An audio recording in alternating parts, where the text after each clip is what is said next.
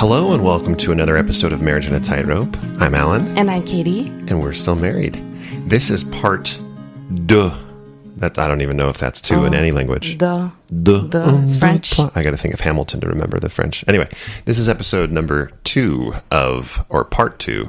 of Word of Wisdom. The first that you may or may not have listened to was with three other couples about their experience. And now Katie and I wanted to take this opportunity to talk about our personal experience with the Word of Wisdom and share some, I don't know if wisdom is repetitive or the right word, the wrong word, but share some lessons learned. How about that? I think we've given bits and pieces here and there over other podcasts, just Right. a little bit about our story, but we thought we would tell it in full, as well as, give some advice that we are so much wiser now. As you listen to this, you may remember or recognize a few of the stories that we have told over the last 2.5 years. And I think that's one of the more interesting parts of our podcast, is being able to just follow along on the journey in real time. But we want to take all of them and throw them into one place. So without further ado, man, there's a lot of French in this episode already. We can get right into it. And I think the first thing that we want to talk about is kind of our previous experience with Word of Wisdom adherence and where we're coming from before getting into a mixed faith marriage, or before I transitioned away from the church.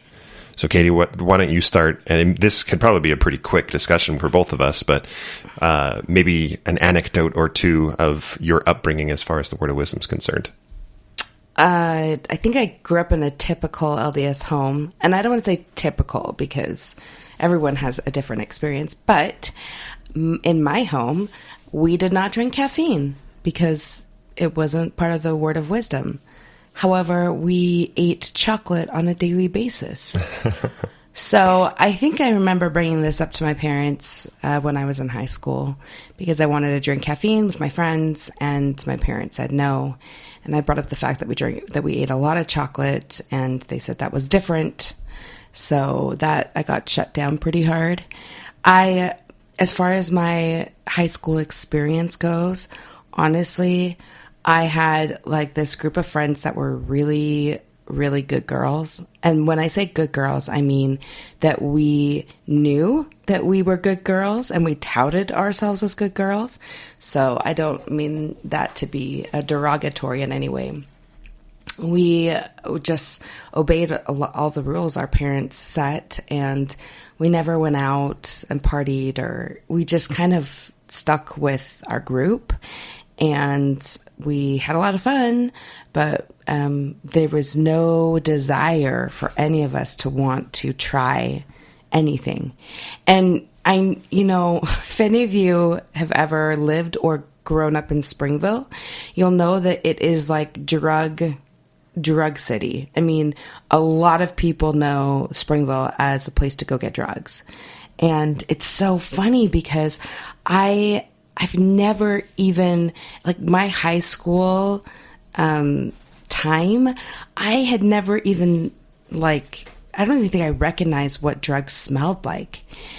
That's how naive I was, really. I knew that people did drugs. We have our classifications in high school, and I didn't know anyone, like personally, that was always doing drugs. And then when I went on my mission, one of my first areas, I remember going to someone's house and they invited us in, and they were smoking weed in their living room, and they were like rolling in front of us. And I was like, what is this? And my companion was from Las Vegas, and she like rolled her eyes, and she's like, Katie, they're doing drugs in front of us. And I'm like, what? I just like, and then from then on, it was pretty easy for me to pick out. And those were when part I of the smelled. We were missionaries when it was the 6 discussions. So this would be, you jumped straight to discussion number 5, right? Isn't that where the Word of Wisdom was? We stayed for a little bit, and then we realized how high they were, which is probably why they invited us in. And then we left. Yeah, tell us about your God, man. Nosotros hijos de Dios. That was a good Spanish high voice. Good job. Yeah. So anyway, I just we like left right away. So that is really my exposure to drugs, and alcohol was like non-existent completely in my childhood, my teenage years, growing up, nothing. I think there are a lot of people that are exposed to it. I think there are just as many, though, who never really had exposure to it. Yeah. You know, my upbringing wasn't terribly dissimilar from yours as far as Word of Wisdom goes. You grew up in I grew up in Southern California, in Santa Barbara. And in my home, I mean, I remember my dad, he bought diet caffeine-free Pepsi and those like bronze cans. Oh my gosh, they tasted awful. Yeah. I mean, I just didn't like them. I don't know that a Diet Pepsi with caffeine is any better, but yeah, but we didn't have caffeine in our house either. And obviously no alcohol or cigarettes or anything like that. And that wasn't really my vice, I guess, if you will. I was never really tempted or wanted to drink, smoke, do any kind of drugs, eat meat during the winter, or those things. We'll get to that. Yeah, right. So obviously, you know, with Word of Wisdom, we can talk about a lot of the legalistic, what it actually says in DNC 89. I think we're going to get more into that in the third part of the episode when we have James Ott on to talk about some of those things. But in this episode, we'll focus on what traditionally today in the present we consider the Word of Wisdom, which is basically alcohol, coffee, drugs, smoking. Yeah, smoking. Mm-hmm. Yeah, the tobacco, those things. And we should have prefaced this by, you know, this is Sunday morning, May 31st at 9 a.m. that we're recording. And I made Katie her cup of Creo brew, and I brewed myself a cup of coffee. And so I'm here. We'll get to that. I'm here drinking coffee while Katie is not. I mean, Creo brew is not coffee at all. No. But I actually really enjoy it. Yeah, it's nice. But we'll get to talk about a little bit about your high school experience. Yeah, I had a couple of experiences that kind of paint the picture of where I stood with the Word of Wisdom. So once was when I graduated, when I went from junior to senior year in high school. You know, the last day of school was this big celebration for us juniors because we were going to be the kings and queens on school again. Finally, 4 years has led up to this, and we're going to be on top and be the seniors again. So they held this big junior class party at someone's house, and like I don't know why Angelina was her name. I don't know why I'm protecting her. There's no chance that she's listening to this. But I knew there was going to be alcohol at it. My best friend was also LDS, and we had never been. There were parties. We were close to UC Santa Barbara, which, I mean, our high school was as a party 2 miles from UC Santa Barbara, from Isla Vista, which touts itself as literally ranking in the top 5 party schools in the country. Mm-hmm. So it was very often, very frequent that some of the high school kids would go over to Isla Vista to party, and we never did. But this party was different because my best friend and I, who was also LDS, we were both in school leadership going into our senior year. And so we felt like, okay, how can we be a good example at this party? And is the good example not to go? And what do we do? And we decided to go. And I wore my Dare shirt. Unironically, I wore my Dare shirt. And I made sure that I had some like scrub. I did have my ER scrubs. Yeah, he wasn't the most fashionable in high school, let me tell you. I figured if you have a large stature, you might as well adorn it with really bad tacky clothing just to bring even more attention to you. So I wore my Dare shirt, which I believe was from 5th grade, and so it was very tight. So maybe I wasn't obeying like the law of modesty or chastity that night, but I was obeying the Word of Wisdom. And I had a Sprite can in my hand the entire night, and I just made sure that logo was pointed outwards, and I would, raise my Sprite can when anyone would make eye contact with me, so they knew that this Mormon boy wasn't drinking alcohol. That's very show off of you. What? I wasn't trying to show off. I was trying to make sure. I was very insecure, and I didn't want anyone to feel like I was the one, like, oh my good, ooh, look at the Mormon boy. He's doing something he shouldn't be doing. And so I honestly, in that moment, I wasn't judgy of other people that were drinking. I didn't care that other people were drinking. You just wanted to make sure people knew that you weren't. Yes. I wanted to make sure people knew that I was not drinking. avoid the appearance of all evil, right? So I didn't feel, and we weren't there that long, to be frank. We were there for 20, 30 minutes. We didn't stay for a long time. I was a little surprised that the parents were the ones supplying the alcohol of this girl. And I mean, it was illegal, right? We were all underage. Anyway. Were the parents there? The parents would, I remember seeing them bring things out and then disappear back inside. Holy cow. Stuff like that. Wow. So, and I don't think that is a terribly uncommon and not a great thing, I don't think, but it's not a terribly uncommon thing in these situations when you're underage in high school. And anyway, so I did want to say before we move on to the next section, 2 experiences quickly in college.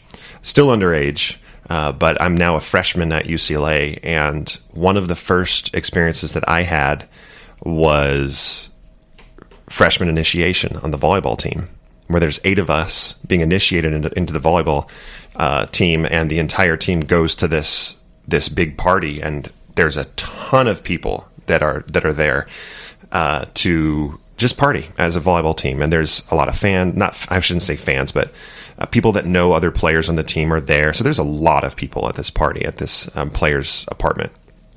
And part of the initiation for each of the freshmen was to beer bong a 2 stories worth of beer. So it was a 20-foot long beer bong. If you can think of like a funnel that you put oil, for those that don't know what a beer bong is, if you put a funnel with a tube on the end of it, and that's how you can get oil into a car without spilling it. It's the same thing, except you're the car. The funnel goes to a little pipe that fits in your mouth, and you pour whatever you're going to drink into it, and there's a little nozzle that you turn, and it just dumps into your mouth. I mean, it's tough. It really goes down into your mouth fast. I've never done an alcoholic beer bong. But when it came to my turn to do it, here's the fun part of, I was very impressed by the UCLA players, because they all knew. My older brother, this helped. My older brother was on the team. So they knew from 3 years of him being on the team that we did not drink alcohol. So I didn't even have to tell anybody, I'm not going to be drinking. They came to me and said, you don't have to drink, Allan. Like, you don't have to do this. And I'm like, oh, no, I know I'm not. But I'd like to do something. Like, I need to be initiated. So they ended up shaving everybody's head, and they shaved mine too. Different styles. One guy they did like Mr. T, and one guy they did like a Friar Tuck look. Mine, they bicked it. And I had a goatee at the time, so I looked like Edward Norton Jr. from American History X, which was hot at the moment. I looked like a flaming racist. That's what I looked like. All those frosted tips that you carefully curated in high school are gone. They were gone. I didn't have frosted tips. I bleached my hair. I bleached my hair once for the basketball playoffs. Anyway, so but I wanted to do this beer bong thing, and one of the seniors and I just went into the house and raided the fridge, and we threw into a blender an assortment of random stuff: mustard, ranch dressing, raw chicken, Tabasco sauce, orange juice, just whatever we could find, about 32 ounces of just mess, and blended it up. They threw that into the beer bong, and everyone gathered around, and they all celebrated. Like, here's this Mormon kid who's going to do this huge beer bong full of nasty stuff in the fridge. And I did it, and it was disgusting, but I kept it down, and everyone cheered, and it was like, it was kind of a fun moment. It was like, everybody else can do what they're going to do. I'm going to do what I'm going to do, and everybody celebrated everybody. And that's just kind of how my college experience went. Everybody knew I didn't drink, and it wasn't a problem. I went to it was UVSC at the time. And dang girl, right out of high school, because I got a scholarship there. And I mean, I hung out mostly in the Institute building to study, and I don't know, again, really wasn't around it at all. Right. So that's the background. We just wanted everybody to understand kind of where we're coming from, because, we get married. There's no, I don't know that we bought caffeine to be in the house. Soda isn't really something that we bought a lot. We didn't buy soda, but I'll say that after my mission experience, like I had no problem drinking caffeine. Right. You know, like members would often all they would have on the table was Coca-Cola. Right. I mean, I recognize that as not being a big deal for me. Yeah. So I would say coming home from the mission, I was like more relaxed about caffeine. Not that I was uppity about it before, but I grew up in a home that didn't allow it. So. Did you understand, was it your understanding that caffeine was against the word of wisdom? Or is it more of just like we're going to take it one step further in this house and not drink caffeine? I think it was both. We took everything one step further. we wore church clothes all day on Sunday. Right. We were extremely. We took everything to the extreme. So I would say that it was both. I understood it as that's part of the word of wisdom, and we'll get into that in a little bit. Yeah, I didn't quite.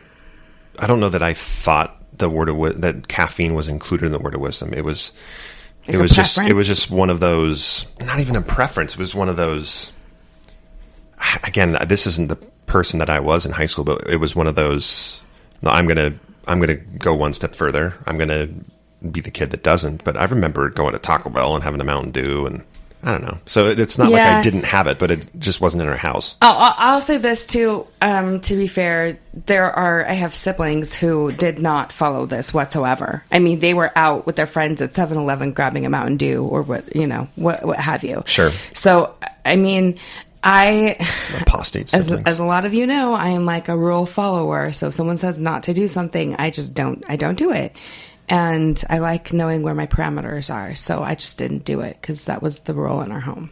I think the rule following leads us into what I'd like to ask of, why is the word of wisdom so hard?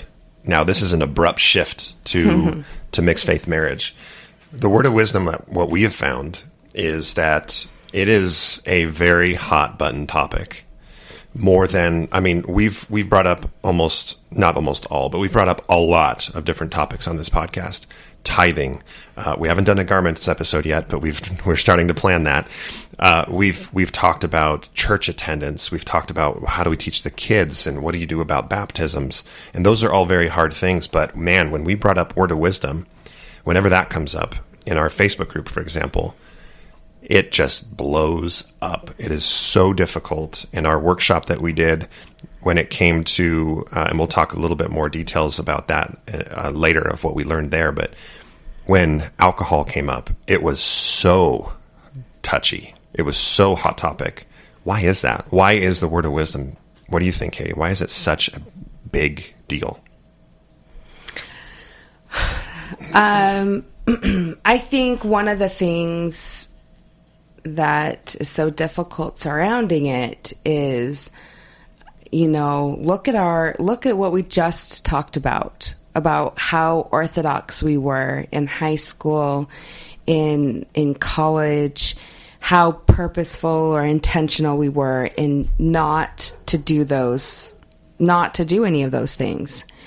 So all of a sudden when there's a shift and Allan says to me, I'd like to drink coffee or I'd like to drink alcohol, I think, holy crap, we're like 35 and now you want to do it? I mean, you've abstained from this for how long? And now all of a sudden you're interested in it?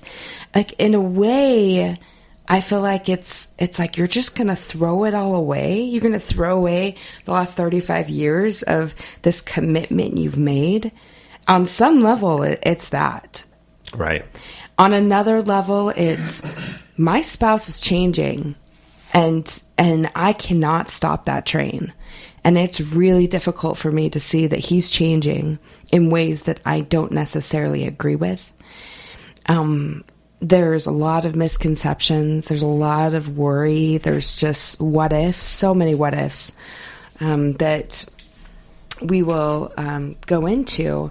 But I think that those are just off the top of my head, a lot of things that worries and doubts, like worries about, can he control this? How does he know when he's drunk? He doesn't know anything about alcohol. One of the big things is your dad was killed by a drunk driver. Yeah. The driver took prescription medication that was not hers and then had alcohol on top of that and killed Allan's dad. And it's hard for me to fathom, like, why would you ever want to go to that? Why would you ever want to try any of that? And so that's just like, I mean, that's just like a lot of things that are floating around. Sure. Do any of those ring true to you? No, they do. I think that those are all extremely valid and helpful things to know that are going through your head when all this is going on. You know, I look at the word of wisdom and think, you know, is there another physical in front of your face reminder of your spouse's change than holding a cup of coffee or holding a beer? I mean, even garments is one. I was going to say, we'll get to that in another. But even taking garments off, like me sitting in front of you, I'm in a t-shirt and shorts. You don't know, like you can't see. Your shorts are pretty short. They are. I'm wearing booty shorts today, boys. So, I mean, do you know what I mean? It's not, even garments isn't a constant reminder every time you look at me that this is something that's changed. Sure. There's so many other aspects of changes that can be made. Not paying tithing anymore. Well, you know, that's already can be a pretty private thing. And if one spouse does it versus the other, and if I'm the one that does it, which I wasn't, you were the one that actually physically paid it, even when I was believing. That's not a constant reminder.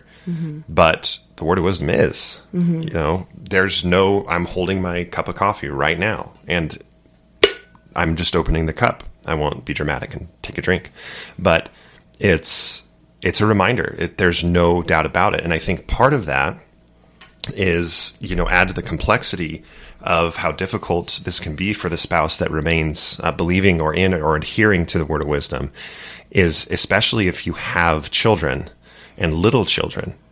This is a really big point that I feel really adds to the stress of the word of wisdom. That if you aren't already on the same page as a couple of how you're going to approach teaching your kids, not just about the word of wisdom, but about the changes that are happening in your marriage and in your faith, the differences of faith. If you're not on that same page and you haven't already presented that united front of, I believe this way, she believes this way, mom believes this way, dad believes this way, and it's okay that it's different. If you haven't already gotten to that place, the word of wisdom can be even more stressful. Even being in that same realm, Allan and I disagree. We don't have alcohol in the fridge, as an example, because that's not something that I want. We may disagree on that. So Allan keeps, you know, just a small bottle stashed in his office in his mini fridge, away where the kids really can't see it. I don't want to say that even if you're on the same page, you don't disagree with things. You definitely do. It does make it easier when you've presented that to the kids, but you're still going to have to negotiate those really, really difficult tenders of what do we do now? So I think it's important that we talk first about the progression. You know, the first thing that Allan started with was coffee. How long after your faith transition did you start drinking coffee? Man, it was probably 8 to 10 months. So if I'm thinking about it, it was, you know, beginning of 2017 that I went down the rabbit hole. By 4 or 5 months into 2017, I was pretty conclusive about truth claims, I should say. And it wasn't until late 2017 that I started drinking coffee. You didn't tell me that you were going to drink coffee. I didn't. It wasn't one of those things that and I mean, this is not an excuse. This is just the situation that I was in. Is I found myself at work every day and there's a coffee machine there. I literally don't know how to make coffee. I remember working at a movie theater in high school and we had a coffee maker. How many people do you see drinking coffee at a movie? Nobody. And I remember one time this guy asked, I'd like to order a cup of coffee. And I was like, what the heck? How do I make a cup of coffee? Fast forward 20 years, 2 years ago. And I still don't know. I didn't know how to make a cup of coffee, but I'm at work and there's a coffee machine, and you press a button and there's the coffee. And like, that's how I started having my first cups of coffee, was just when I'm at work, I'll just throw it into a cup and see what it's like. So you start drinking coffee, and in some ways, that outs you because you didn't do it before. And I mean, wherever you are on the scale of belief system, if you're LDS and you see another LDS person drinking coffee, you think to yourself, oh, something's going on. Was that called virtue signaling? Is that what that's called? Well, that's how I would find other either former LDS people is, and I've told that story a few times, is I would see someone getting a cup of coffee at the coffee machine at work, and I would ask them, what's your deal with the LDS church? And like, that was my method of finding people to talk to. It's so awkward. It is. It's not water cooler talk. That's coffee machine talk, I guess. Yeah. And you got to know that everybody already knows me as the awkward guy at work, that I'll say whatever. And, at the end of meetings, I say, I love you instead of see you tomorrow, things like that. And so me walking up to people saying this isn't quite a surprise. And I got a few people that are like, no, I still believe. There was like 2 people that said, no, I still believe, as they sip their coffee. And I'm like, okay. Which that's totally fine. Valid. Yeah. Yeah. I was ready to jump into like, oh, so why did you leave? And they haven't. Yeah. So how long was it before you told me that you drink coffee at work? Do you remember that conversation? Because I don't. It was after we started the podcast. Yeah, that tracks. Yeah, so, maybe 3 or 4 months after we started the podcast, I remember that Allan said to me, I've been talking to people at work. This is how you framed it. People who have also left the church. And I remember saying, oh, really? How did you find that out? And he's like, well, at the coffee maker. And I remember thinking, wait, you haven't told me that you drink coffee. Like, I didn't know that about you.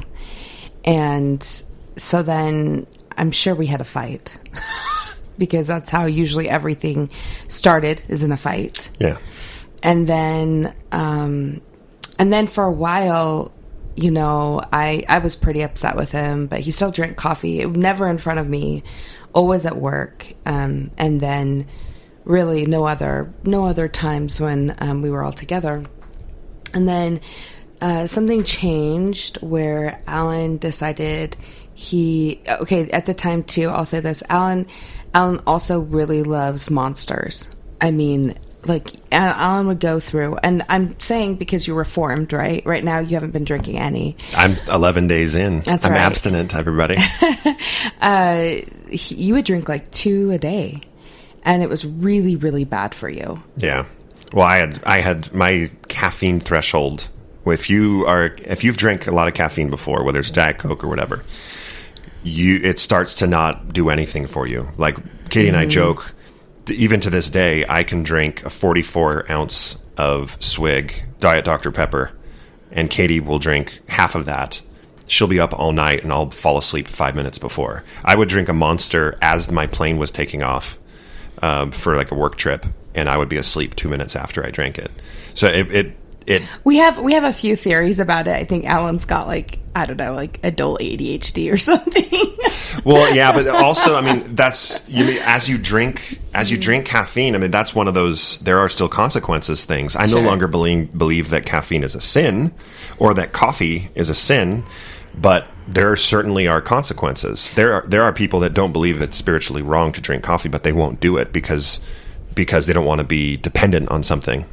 Okay, so let's talk about the dependency, because that's the reason why that's the reason you gave to me why you wanted to start having coffee in the home. I do recall that. Because Allan felt very dependent on his Monster drinks to just get him through the day. And we talked about things that were healthier, and coffee is healthier for you than Monsters. Mm-hmm. And so he said, what do you think about me bringing coffee into the home? And I think at the time, I remember saying, well, it's healthier for you. And I wanted him to stop drinking the Monsters so he didn't have a heart attack. And at this point, he had been drinking for almost a year of coffee at work. And I was a little hesitant, but we did talk through it. And so Allan ordered like a coffee grinder.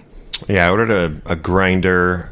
I ordered a French press. I don't know why. I think I went that route because I had found a few friends that were kind of coffee connoisseurs, and they don't get Keurig cups.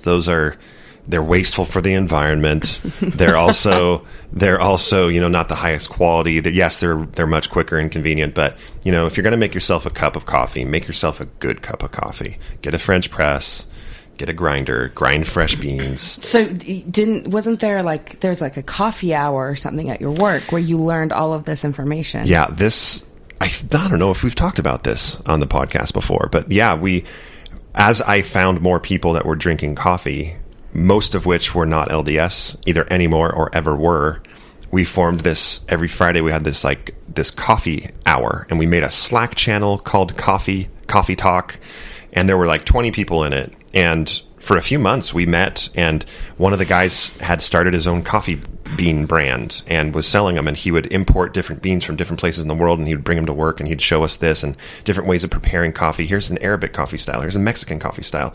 It was really fun. It was kind of fun to learn about it. And it actually kind of got known in some circles in the office as this is the post-Mormon group.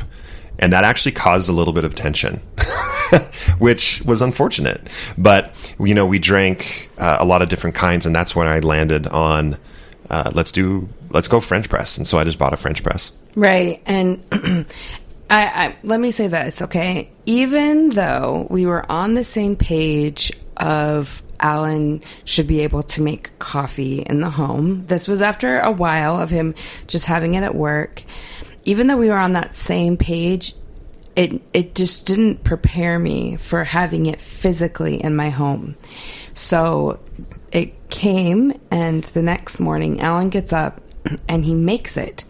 And y'all, the smell of coffee is so strong. So strong. And it filled my entire house, because we've got an old 1960s house, so you can smell it everywhere. And we got up. Does smell permeate more in older homes? Well, I'm just saying it's a small space. Oh, okay. We have a small space. So anyway, we all got up, and the kids come into the kitchen, and I don't know what I was thinking. I was I didn't want them to know that Allan was drinking coffee. And so Zara, bless her heart, comes in, and she starts dry heaving. She's like, what is that smell? It smells awful. It smells horrible. And I actually am on the page of Zara. I'm like, ew, it reeks. This is so bad. And the boys are like, it smells kind of good.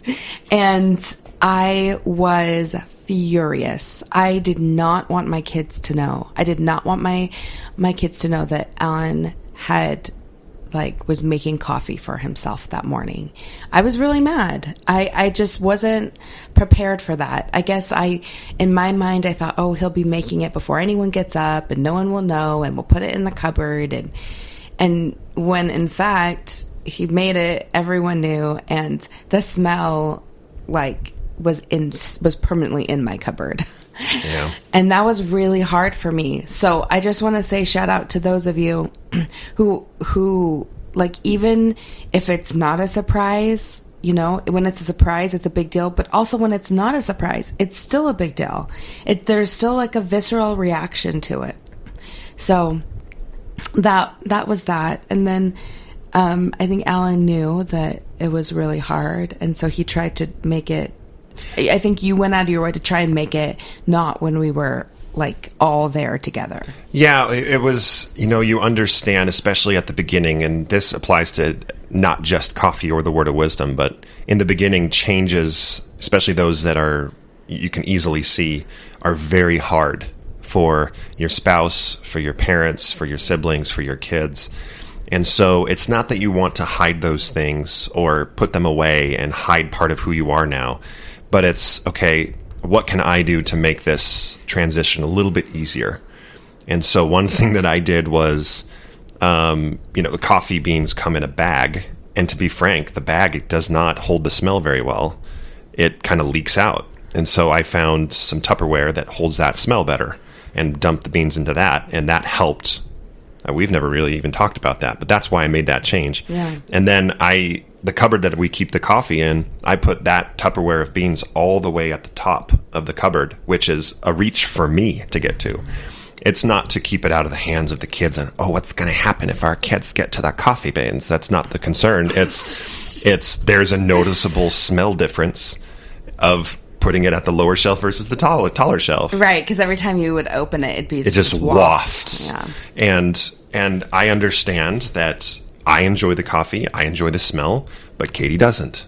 And it's not a pleasant thing for her to open that cupboard and get this waft of coffee. So I'm going to minimize it the best that I can. Right. And I really appreciated that in the beginning. Now it's not, you keep it, it's in the bag at the lower level. No, it's not. It's in the Tupperware at the very top. Well, I mean, I think either way, I still smell it when I open it. But to me, like now it's been enough time and our kids are used to it and I'm used to it. So it just isn't. It's just not really a thing anymore. Can you talk about that just really briefly? Because sure. I could imagine that some spouses that are listening, you don't want to get used to it.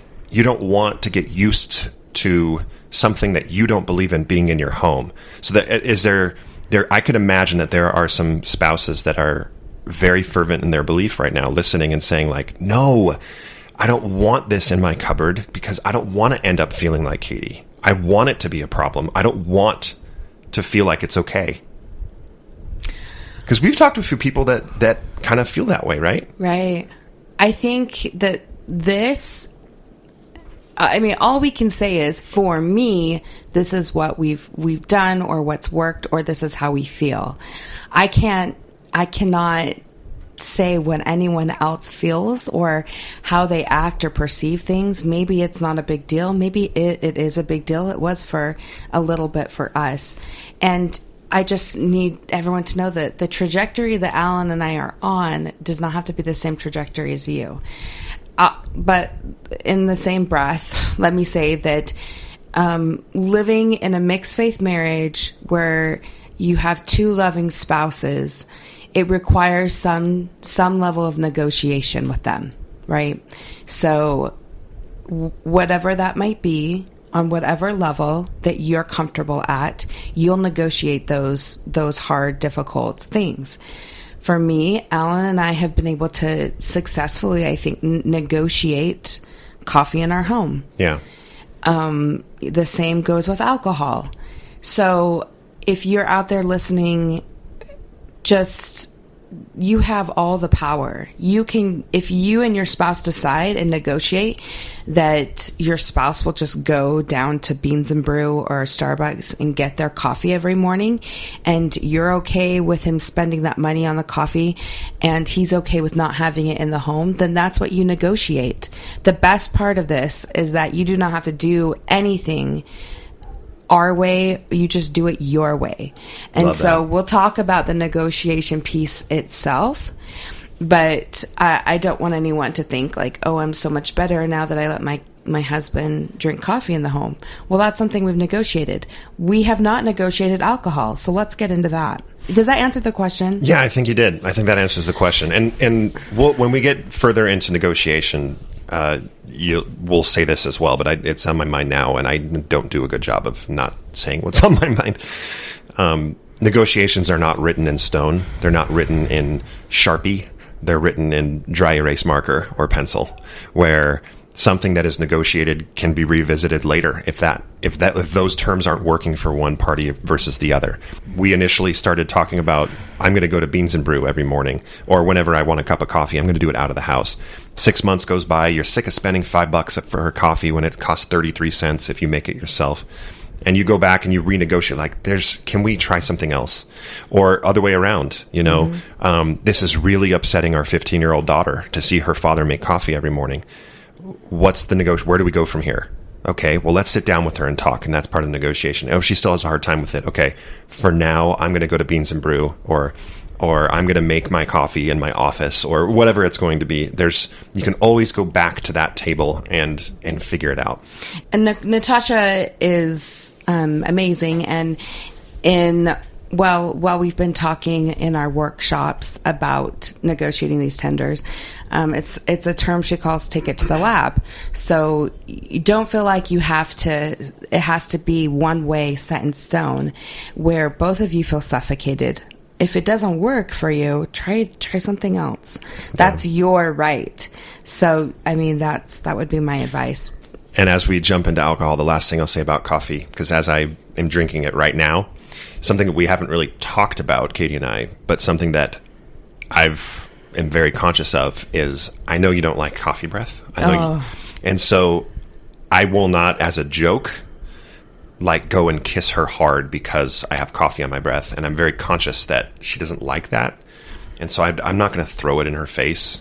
And if because I'm drinking it in the morning, sometimes the first time I see her, I've got coffee on my breath, and so I'll like take a deep, dramatic breath in, and go in to kiss her and just peck her on the cheek, and then like run away, and so that she knows I can still smell it. I know, and sometimes my desire to kiss you overpowers my desire to keep the coffee stench off of your face. Okay, let's move on to alcohol, because I think this is a hot button topic. That's what we're going for here. Yeah, do we need to does everything that we said, and I'm sorry, I'm not letting us move on, does everything that we said still apply to like green tea, black tea, cappuccino stuff, and like what about all that other stuff? Anything that has like a coffee base in it, a mocha or I actually have studied one of those tables that shows you what things are. Like what's a mocha? What's a cappuccino? What's a macchiato? What's Americano? Yeah, because I obviously have no idea what any of those things are, but I think I saw some sort of, it was like a Starbucks guide, how much water versus how much milk versus how much chocolate. So I think that for me is all wrapped into coffee. Green tea, I know what has been said about green tea. I drink ice drinks, and I didn't know that there was green tea in them, but I also only drink them once in a while. I kind of put that in the caffeine column. Yeah. Like caffeinated green tea. I don't know why I separate coffee and other drinks like that from it, but maybe it's the taste. Yeah, what I think about when I think about these different teas and like categorizing this, obviously we're not going to be the ones that tell you this is and this isn't against the word of wisdom, of course. That's up to you and your spouse to sit down and discuss and negotiate together. Let's get to alcohol, because I think that's one of the sticking topics. I'm glad that we spent so much time on other things, because I know that the group panel discussion that we had talked much more about alcohol. Right. I'll just say this. Neither of us have any desire or do you want to vape or smoke? Tobacco is not a thing. Not a thing for me. I think Allan and I and most people recognize that it's just really bad for you. Smoking in general, right? It's just really bad for you. So, yeah. And yes, everyone does things that, sugar's not good for you either. Right. But I have no desire to smoke. To smoke. And then what about drugs? Drugs. So, give me an example. Have you done any drugs up until now? For example, like gummies or brownies, or like weed, or I haven't. Okay, so tell everyone what your thought behind that is. Yeah, I believe I mentioned this on the previous podcast, but we wanted this episode to be very self-standing about our story, so I'll repeat it.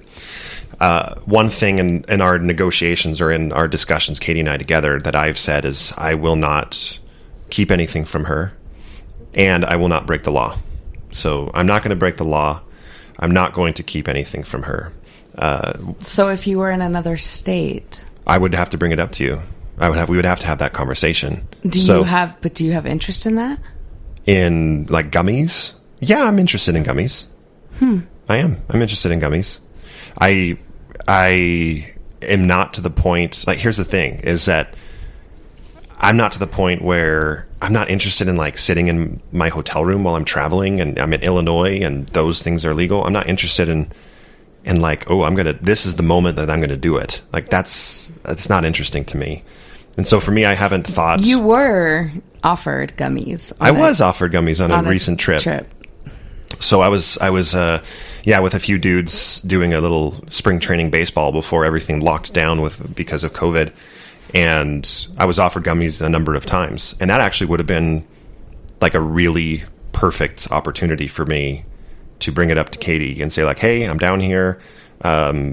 It was one nuanced guy was offering me the gummies. The other guy was very much in the church. We've been doing this trip for 6 years. And then here's me. And I kind of went through my checkbox of have Katie and I talked about this and gotten to a place where that we're both kind of understand what's going to happen. And we hadn't. And B, is it legal? And guess what? It's not legal where we were. It's not legal in Arizona.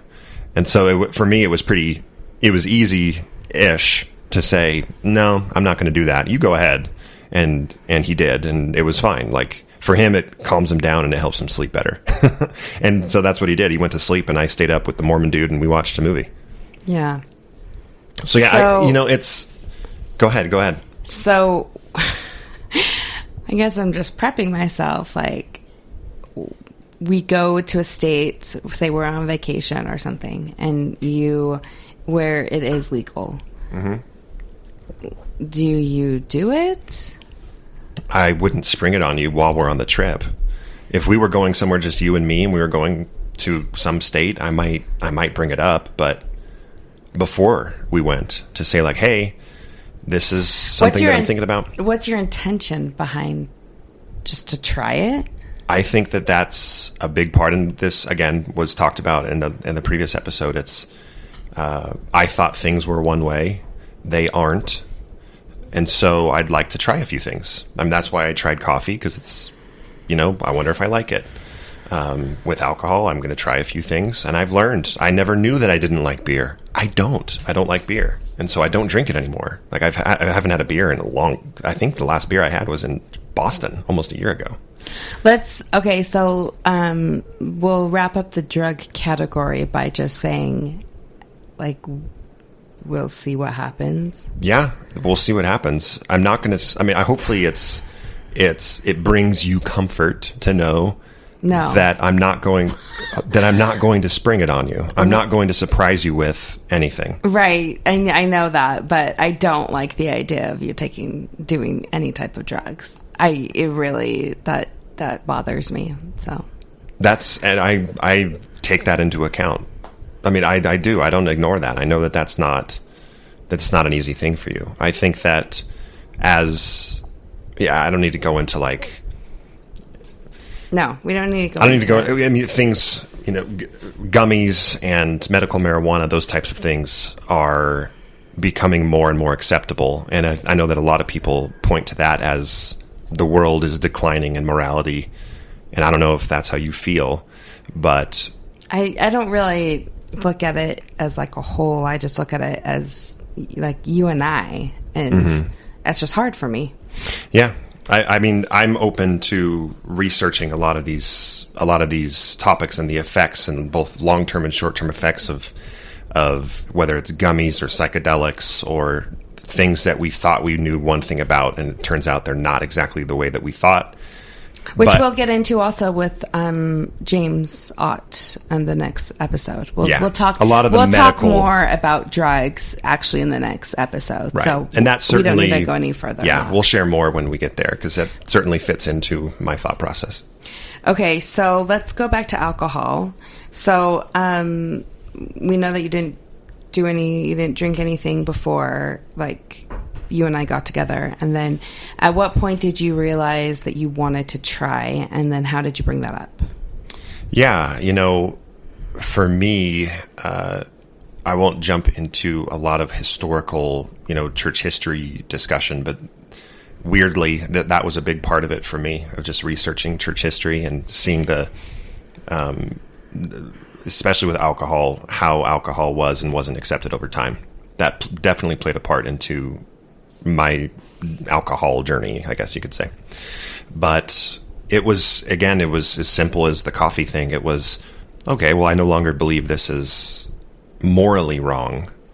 How could I experience this in normal, everyday person, not abuse, not, I have no desire to drink and go kill somebody in my car, just like happened to my father. The same way that I wouldn't text and drive, but I still use my phone. I was wanting to experience what is this alcohol thing all about. And I think that interest peaked pretty early in the journey. So in summer of 2017, I likely was thinking about all of this. And I know that, episode 5 of this podcast was my letter to you.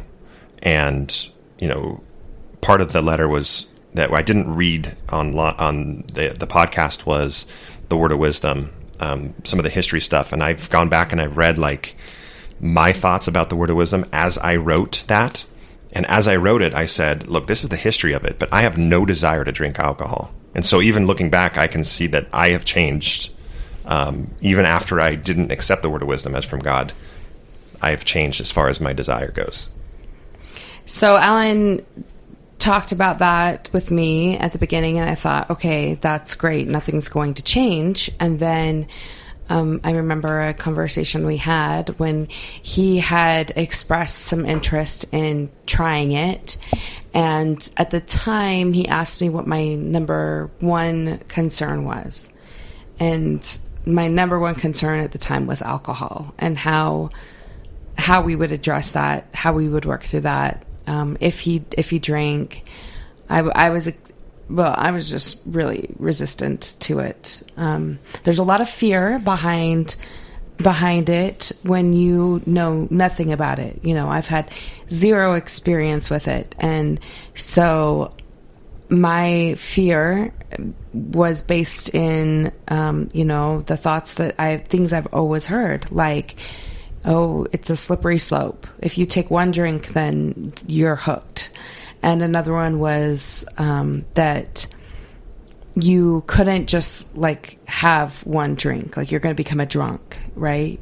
So I had never seen good behavior with alcohol modeled to me. Everything I knew was from what I had seen on TV, what I had heard in the news. People were arrested. They did crazy things when they were on drugs and alcohol. And I thought to myself, why would you want to do that? It really was because I had never seen a good example of it. Right. Not one. That's a really, really good point. Because, I had seen it modeled. And I've seen bad and good. I talked already a little bit about, my college experience, but I remember playing video games in the dorms with one of my senior, when I was a freshman at UCLA, a senior on the team. And they were drinking beer, and they had bought Coca-Cola for me, and they poured the Coca-Cola and offered it to me. And one of the seniors jumped in. His name was Greg. One of the seniors jumped in and said, no. Mount can't drink that. He doesn't drink caffeine. It wasn't even a question that I was going to drink alcohol. It was, he's not going to give me the caffeine, and he gave me Sprite instead. And I'm like, okay. I was fine drinking a Coke, but they gave me the Sprite. And there we were sitting. I'm drinking Sprite. 3 of them are drinking beer. And we're just playing, I think it was like Mario Kart or something on the Nintendo. And they weren't belligerent. It was a positive alcohol experience, I guess you could say, without me. So I had experienced a few of those things before. Right. And I think just as many people who haven't experienced anything, any good behavior, just as many, I'm sure, have seen very bad behavior with alcohol. And whether it be an abusive home, whether it be a family member or friend, I think that we can say across all spectrums. And you're afraid that that's what it's going to turn into, and right? that's what they're afraid that it's going to turn into. Is that a rational or irrational fear, do you think? Oh, I think it's rational. Absolutely. Absolutely. I think it's rational. I think it's rational that I would not see any good behavior come from alcohol because of what I'd seen on TV or whatever. And it's rational to think oh no, this is going to be my... Well, because we've seen it in the post-Mormon space as well. We've seen people go completely off the rails. Yep. And my goodness, if I had the 10 tenets of post-Mormonism, I think my number one is don't just throw away the concept of sin and not replace it with something. Replace it with consequences. Replace it with responsibility, because just because you don't believe that something's not a commandment of God doesn't mean that you can't hurt yourself or someone else by engaging in these things. Right. I think that sometimes they throw the baby out with the bathwater is the term that I've heard. Sure. And so, yeah, it doesn't get replaced. And I remember, I'm going to have to try and pinpoint where this was, but I do remember going to something that was like a post-Mormon gathering, and people had been drinking, and I feel like the behavior was crazy with one person in particular. And I thought to myself, like, holy cow, I don't know why would you want to go to this? Like, why would you want to act this way in front of people? And obviously it was taken too far. But yeah, these are all like fears and thoughts I had. I just expected the absolute worst. So when Allan, after a whole year of talking to me about how he wanted to try his first drink, and we always joked it would be at the Eiffel Tower, right, in Paris. Drinking a glass of wine across the table. He would drink a glass of wine with me or without me. And so then last year, it was actually it was around March. Around this time. Last year, Allan and I received some really good news. We were buying a house in the neighborhood we wanted, 2 doors down. I mean, there was just like a lot of happy things happening. And it was some of the first happy things that had happened in a while for us because of just so many hard things we were dealing with in our marriage that we wanted to celebrate. And so Allan went next door across the street to our Catholic friends. Well, I talked to you first. I said, Yes. I'd love to celebrate tonight. I can get you some Martinellis, and I'll celebrate with a different liquid. And that's literally how I said it. And yeah, and okay, I want to back up just a second. Sure. Because Allan and I took a trip to Arizona, and we were at a baseball game, and at the game there was a guy there, and this guy had never been Mormon, nothing. And so Allan and him started to talk, like, into a discussion about Mormonism and about how he had left the church. Oh, my goodness, that's right. I totally forgot about this. And the guy was drinking like a beer, and Allan told him, like, I've never had beer before. And he's like, actually, I think I'm going to go try it for the first time. And this guy was totally mortified. He was like, no. Don't just try alcohol like on this trip because you want to try alcohol in front of me. Like, don't do that. And Allan's like, no, I think it'll be fine. And I was mortified because I'm like, why are you wanting to try alcohol in front of complete strangers? I'm here and at like a baseball game. It was just such a weird thing to bring it up. And I was like not happy about it. And I just thought, I was like, this is what you want your first experience to be? I just was like, I was kind of mad. And Allan sensed that. Yeah. And he got that. And so he didn't do it. And so that was like the attempt number 1.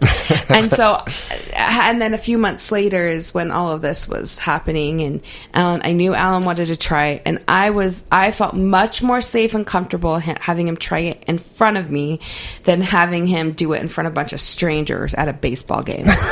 So I'm just saying, like, I love you, but you were a little bit impulsive that way. Like, I'll just try in front of everybody. Well, I mean, that's how I live my life.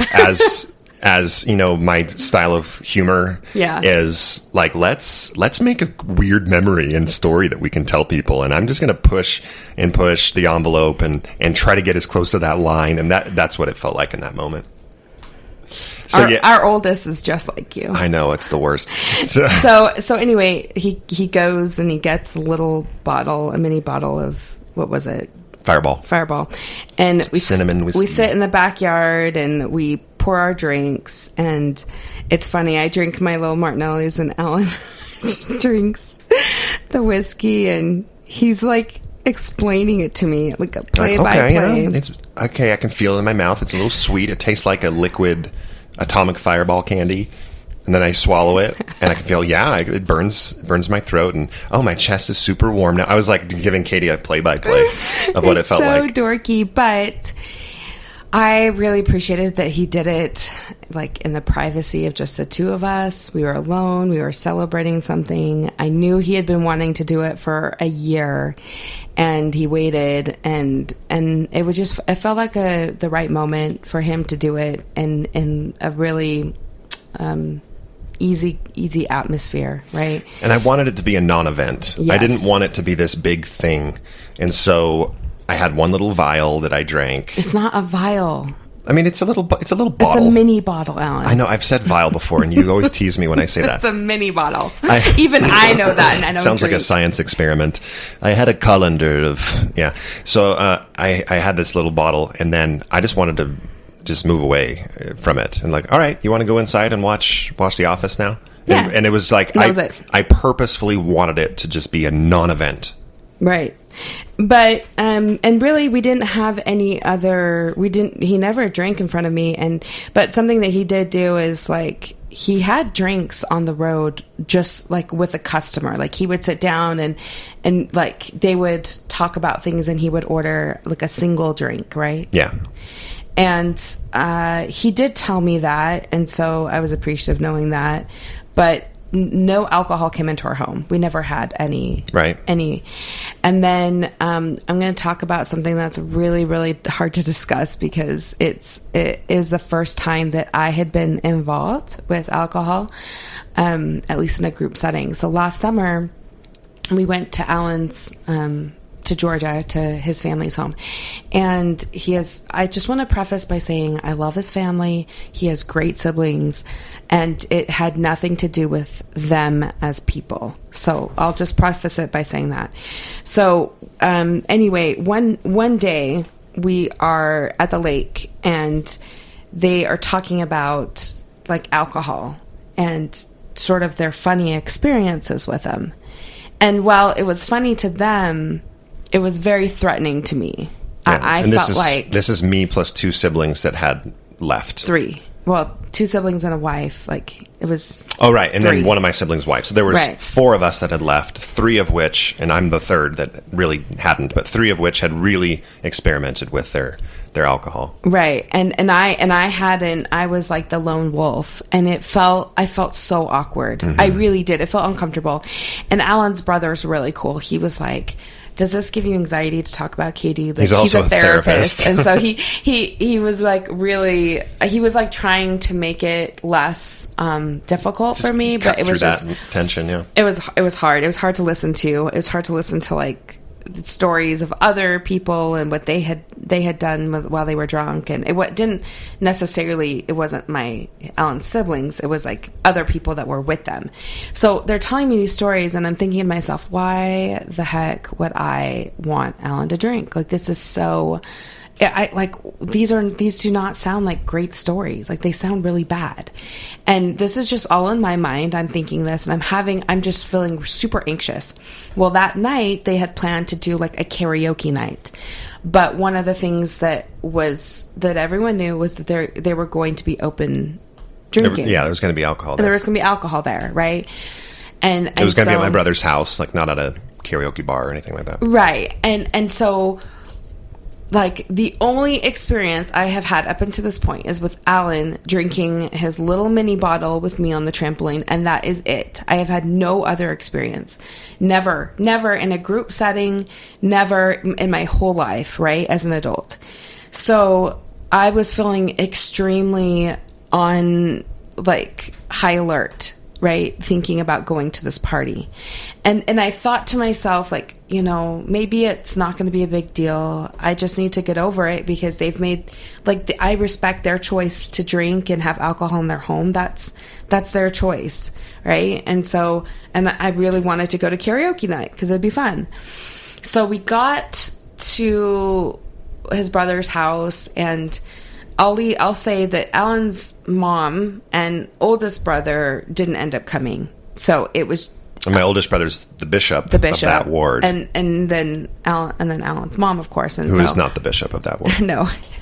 But so again, I thought like I would have a little bit of reinforcement with other people not drinking. Yeah. And I didn't. It was me.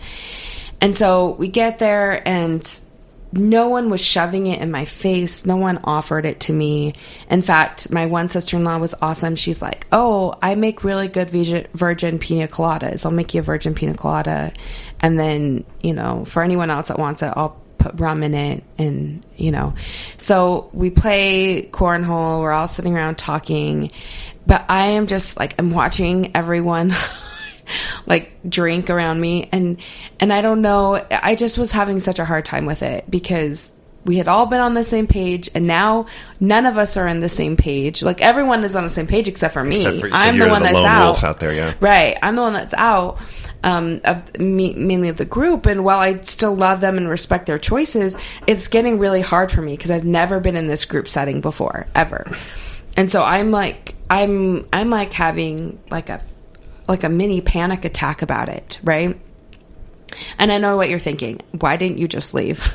So I'll get there. My kids. So, okay. The other thing was the kids, the younger kids, the older boys were at a friend's house. We're at like one of the cousins' house, not neighbors, but cousin's house. And then my younger kids were there, but they were all in a different part of the house, like watching a movie and playing. So they weren't anywhere near the kitchen where they were doing drinks. So then the karaoke starts, and then all of a sudden, like nieces and nephews are coming coming over, and they're ones that don't drink, but then there's like everyone else has a drink, and it was so awkward. I was like, oh my gosh, if these were my kids, I like just didn't know what to do. I was like, I seriously had a panic attack over it. I was really upset, and so I didn't even stay. I left. I picked up I took my little kids and we left and went back home.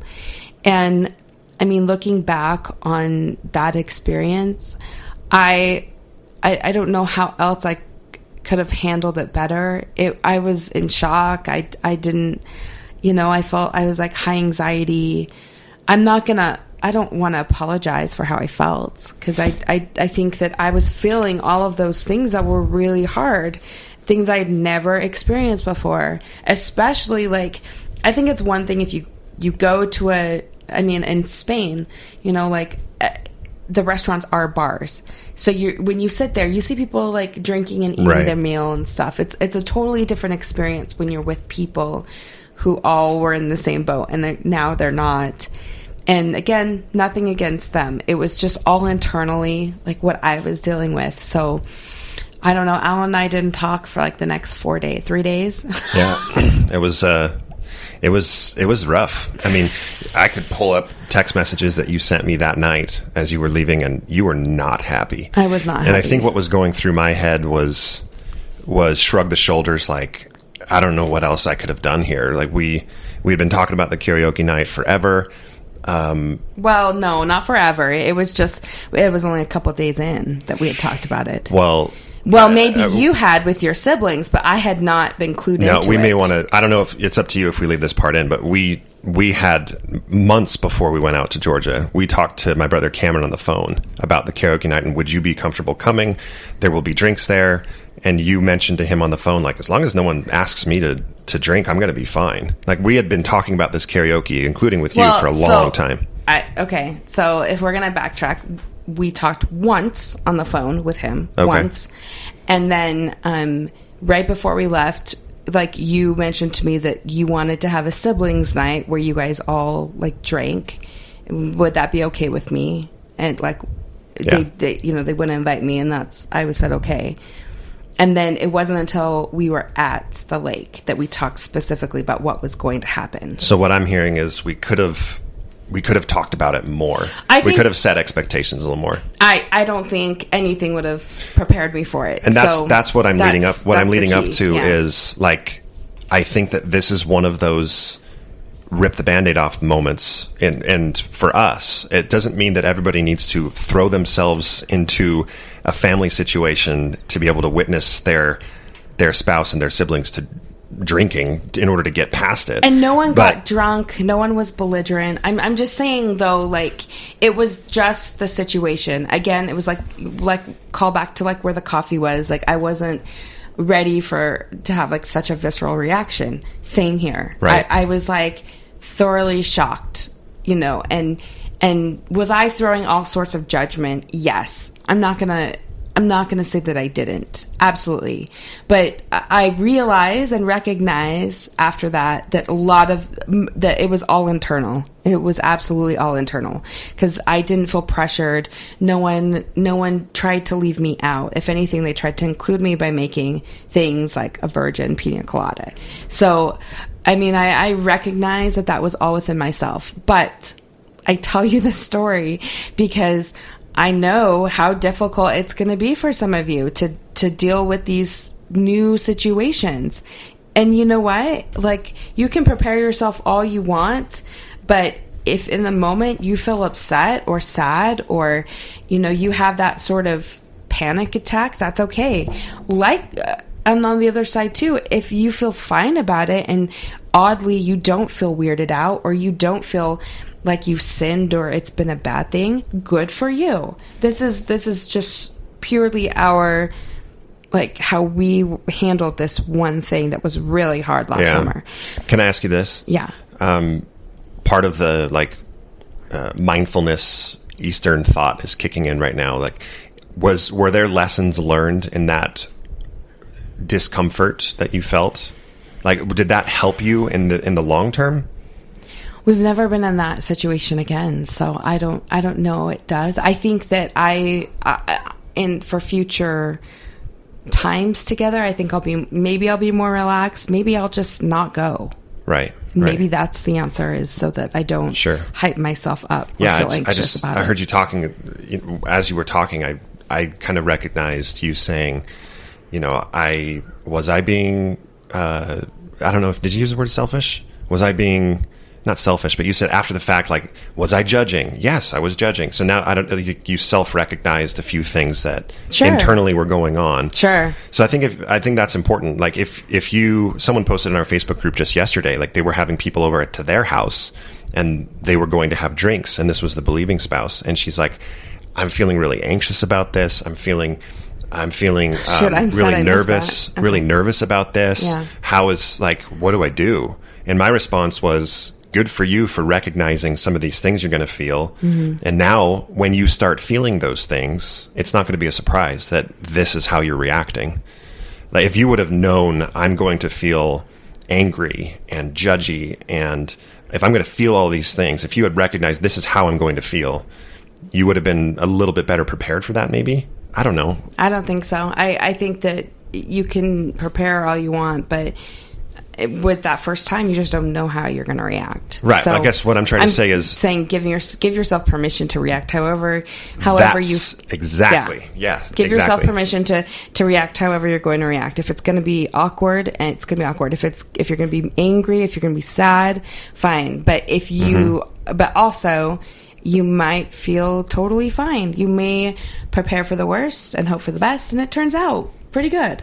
So, I think it's really important for the post-Mormon, for the person on my side, to allow your spouse to have those negative feelings. Sure. It's so easy for me when you have a negative reaction, like in that moment at the karaoke night, it's so easy for me to get upset and be like, and you did. I am living my life. You cannot, and I didn't say these words, but it's easy for me to be like, oh my gosh, she just cannot let me just have fun. And I do remember having the thought of like, we're acting the same as if we wouldn't have drank. We are a fun loving, hard partying, even without alcohol, family that's going to be belting out the words to these songs regardless of lemonade versus alcohol versus water. And so I do remember feeling that. And I'm not allowing you to have your own negative experience. And that's okay that if you have a hard time with it, it's your first time around that sort of thing. And like I said, so much self-reflection in that I realized was just my own fear, was the fact that I had never been in that situation before, and the fact that I had like this like panic attack, and so it was just so difficult for me.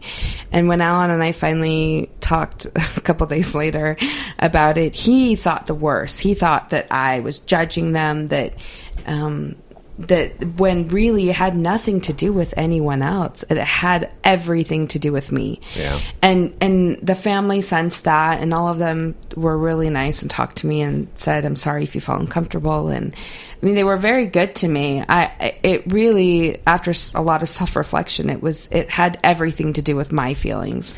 I think not anyone else. A big peace offering I remember is a few days after that night, we went to Boston and we went to a Red Sox game, and I wasn't planning on drinking anything. And Katie ordered, like, from a vendor walking by our aisle, she bought me a beer. And I was like, oh, well, that's really nice. But then he didn't drink it because he didn't like it. I really don't like beer, but it was nice. And it was one of those, she knows that I love baseball and beer kind of go together. And I guess that's like an American pastime type thing. And I drank a little bit of it, and I just really appreciated that offer. And it was one of those, like, hey, I know this is uncomfortable for us, but this is the beer branch. This is the beer. Here's the beer branch instead of like the olive branch. Absolutely. And I didn't like it.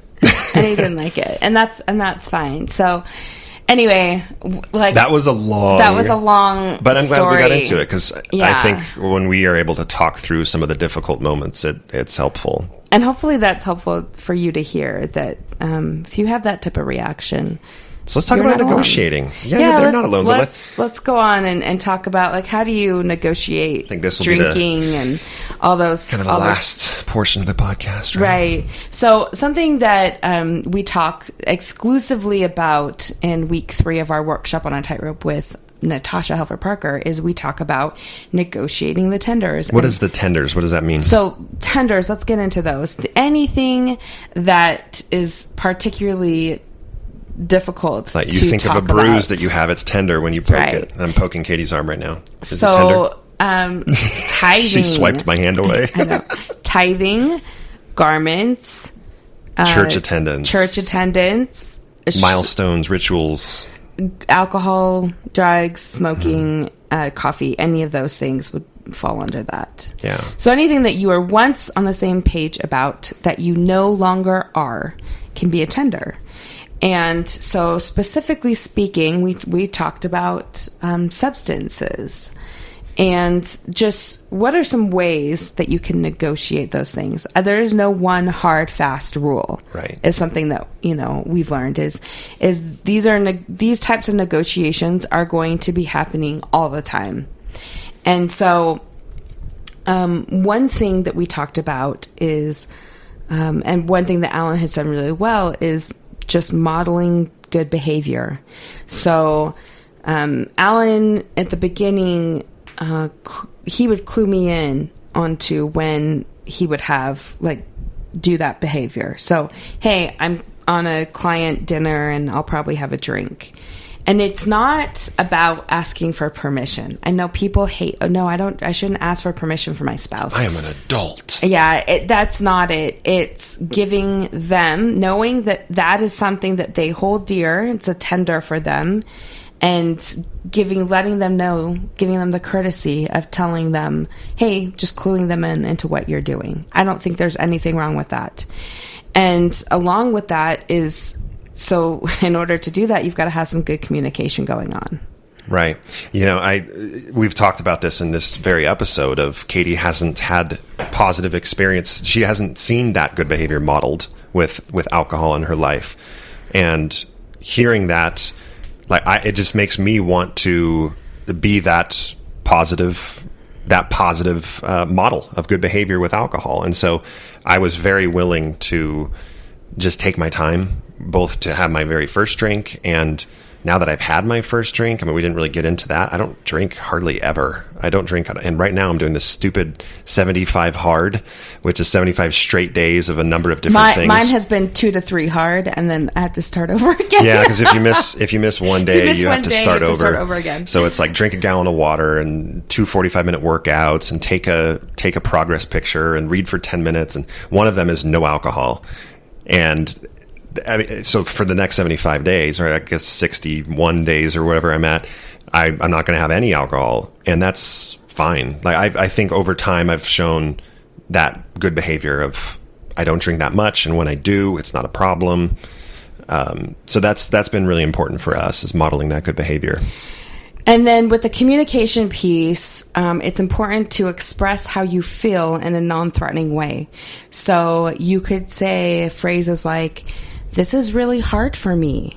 Because instead of "you can't do this." Right. Like, "This is really hard for me and this is why." Another phrase you could say is, "It's sad for me when ... You go drink with your friends on the weekend and you don't spend time with me." Whatever that might be, you're going to take the responsibility and the communication upon yourself. Express your emotion and your dissatisfaction in a way that is non-threatening to your spouse. Yeah, one of the things Natasha teaches that I really, really appreciate is avoid a parent-child relationship. And that's what, you can't, or and under no circumstances are you allowed to, you don't give permission, you don't allow. That's what a parent and a child relationship looks like. A partner relationship, or some of these terms of, you tell them how hard it is. Tell them how difficult it is. Tell them your preferences. I would prefer if you didn't have alcohol in the fridge downstairs. Something that she does in the course and dives deep into is she lays out a good framework to work from and models to work from. And so once you understand the models and you understand the framework and the basis of why it's important to not have a parent-child relationship, why it's important to express your feelings, it makes it that much easier to negotiate these tenders. So another thing we've talked about is to not be secretive, because it usually almost always comes back to bite you in the butt. Yeah, I think that really there's only one exception here, is if abuse is taking place.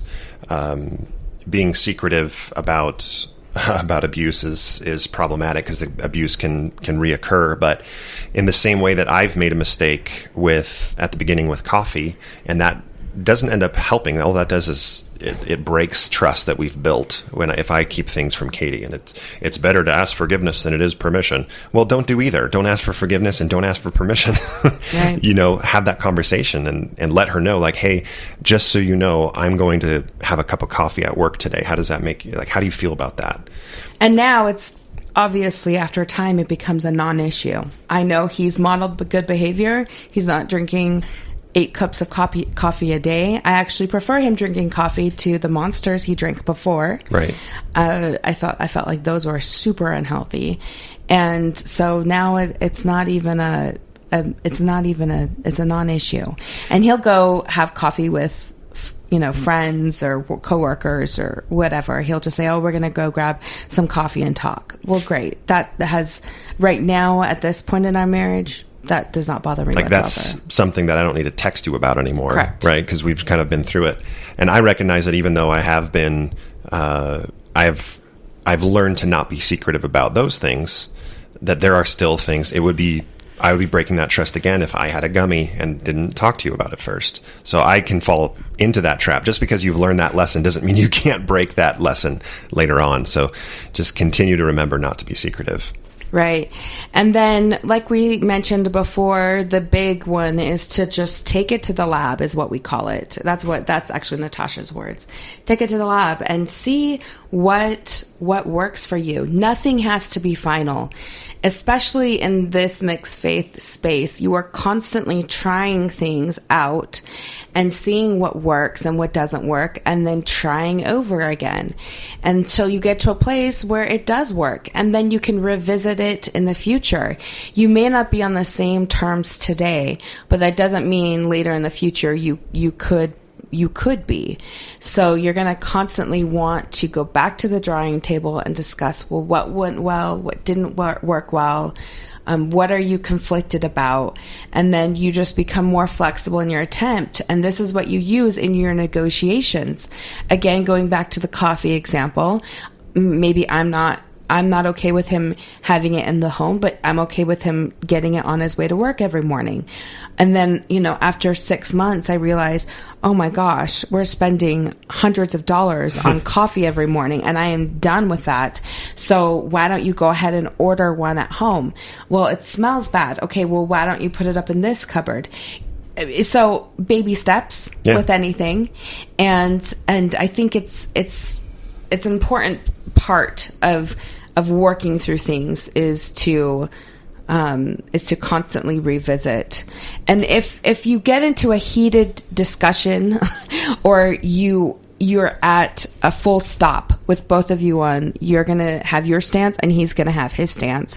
And what do you do if you are at that place where you can no longer negotiate? Yeah, either person can call a timeout. And I think that this can happen so quickly. You have the best intentions to sit down and have a purposeful conversation about, at the lab of, why don't we try this? Why don't we try that? And man, it can go from 0 to 100 so quickly. I think if you're listening to this podcast and you're in a mixed faith marriage, you can think over the last week of 3 different examples of how that can happen. But you can call a timeout. You can say, I need a break. I need a break. And it's best not to, every situation is different, but it's best not to take a break for 3-4 days. It's best to really say, let's take 30 minutes. And you go away for 30 minutes, come back and see if the emotions have subsided. Talk about why things have gotten heated and things like that. And it's okay to take a couple of days if you need to, but you want to clue your spouse into the fact that you need why you need time to think this through. And Allan and I have done this a number of times where I've said, I need a day or two to think about this because I really want to postulate, is that the word? Yeah, formulate. Sounds smart. Postulate and formulate my position as well as how I feel about this subject. And some people just need that time to process. So say, can we revisit this subject in a day or two? Just completely avoiding and not talking about it at all tends to lead to some of the actions like being secretive for the spouse, because you have not been able to revisit it. You feel on edge. You don't know when you can talk about it. And so that spouse is like, well, forget it. I'm just going to go do it. And so not communicating about it and avoiding it, that leads to further problems down the road. Yeah. And if you get into that pattern of being secretive and then the wife or the husband finding out, then it's trauma, and then you're further doing damage to your relationship. So don't avoid it, revisit it, and talk about when you will talk about it. Yeah, that's very good advice. I think that in general, this is kind of like the secular primary answer. So it's something that you hear a lot, but try to live the golden rule. Try to live the platinum rule. And the difference between the two, right, is the golden rule, most people are familiar with, treat others the way that you want to be treated. The platinum rule takes it a little one step further of treat others the way they want to be treated. I have a different worldview than my spouse. So if I can try to put myself in her shoes and like, how would she want to be treated in this situation? That really is a good way of just living your life, not just in a mixed faith marriage, but just living your life in general. I think these are just a few, the last maybe 15 minutes is just a few of the tools that Natasha and Katie and I talk about and try to help couples incorporate into their marriage in our workshop on a Tightrope. So it's again, it fits in. There's a reason why we dedicate an entire week to just this topic of negotiating the difficult tenders in a mixed faith marriage. And besides the presentation, I think that it's also important to put it into action. Yeah. So in our workshop, we do a Tightrope in action every single week, and we give them a couple of options on things to work on that week. And then we come together as a group and we talk about our successes or what was really hard and what type of tender that we talked about or we negotiated. And that's as just equally as important as listening is the action behind it. What are we going to do about it now? And I think most all of you know that, because in Mormon culture, we are very good at taking action after we've learned something. In fact, I think like detrimentally, that's we expect an action after like a negotiation or something like that. So, this is why I feel like our first group was so successful, is because they talked about things that they've been avoiding. They had the framework and the know-how to address tenders, and it was a very positive experience for a lot of them. And so, before before we get to just talking about that, we think we should kind of end this this whole episode by saying there's no one way to do something. Yeah. Allan and I have worked really hard over the last couple of years to get to the place we're at. And there are lots of times that we did things wrong. And then we decided, okay, let's try it again. Let's try something else again. But I think there were times where we avoided talking about it altogether. And there were times that we talked about it intensely. You know, when you think about this big subject and word of wisdom, think about how you would like to approach it. Be thoughtful about it. Write down your thoughts and feelings before you sit down and talk to your spouse about it. Just think about your thoughts and feelings and use statements like, for me, this is so hard because of this. Maybe explain, if you don't already know each other's background about alcohol and drugs and coffee, maybe there's some trauma lying there that you've experienced. These are all pertinent things that are going to help you in your marriage to talk about. Yeah, it reminds me of our last episode with Rachel, right? Rachel had a very negative reaction to Brett drinking because she had a pretty bad experience in her late teenage years with alcohol, and the church helped her kind of correct that in her youth. Mm-hmm. And she's very grateful for the church for doing that. So I agree with everything that you said, Katie. I think it's awesome. You know, as we are wrapping up, anything else as far as the word of wisdom goes? I think it's been an hour and a half and it's been great. Yeah, it has been. And thank you for allowing us to take this much time to talk about it. It was a big one. You know, when we asked on Facebook, it was by far the most commented on post, because I think that this in Mormonism, it's so much of who we are is ingrained in the fact that we don't participate in any of these things. So changing that, it's a big deal.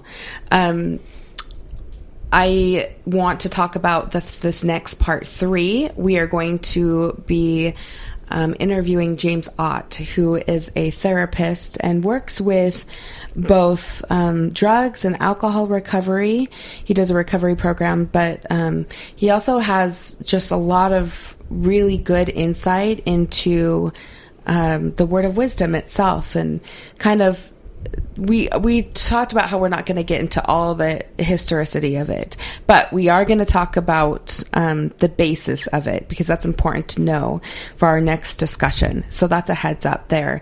But we wanted to talk about some of the clinical things that he sees as a therapist, and I feel like that's an important piece as well. Yeah, that fills a gap that we really can't fill. We're not the clinical experts. We're not even the health experts when it comes to these substances. So look forward to that. I think that this week 3 of our course of negotiating the tenders is probably the highlight for most of the couples that have been in the course. And the second round of the course... Well, parenting is a big piece, Parenting was huge, too. That's why we take huge. 2 weeks on parenting in the course. But we know that, you know, the first course is just wrapped up. Tomorrow night we have our last masterclass. It's our bonus Sex and Intimacy Masterclass, which I'm really looking forward to myself learning. That's been a kind of a cheat code for us, is we get to participate in these, share our own experiences, but learn from Natasha as well.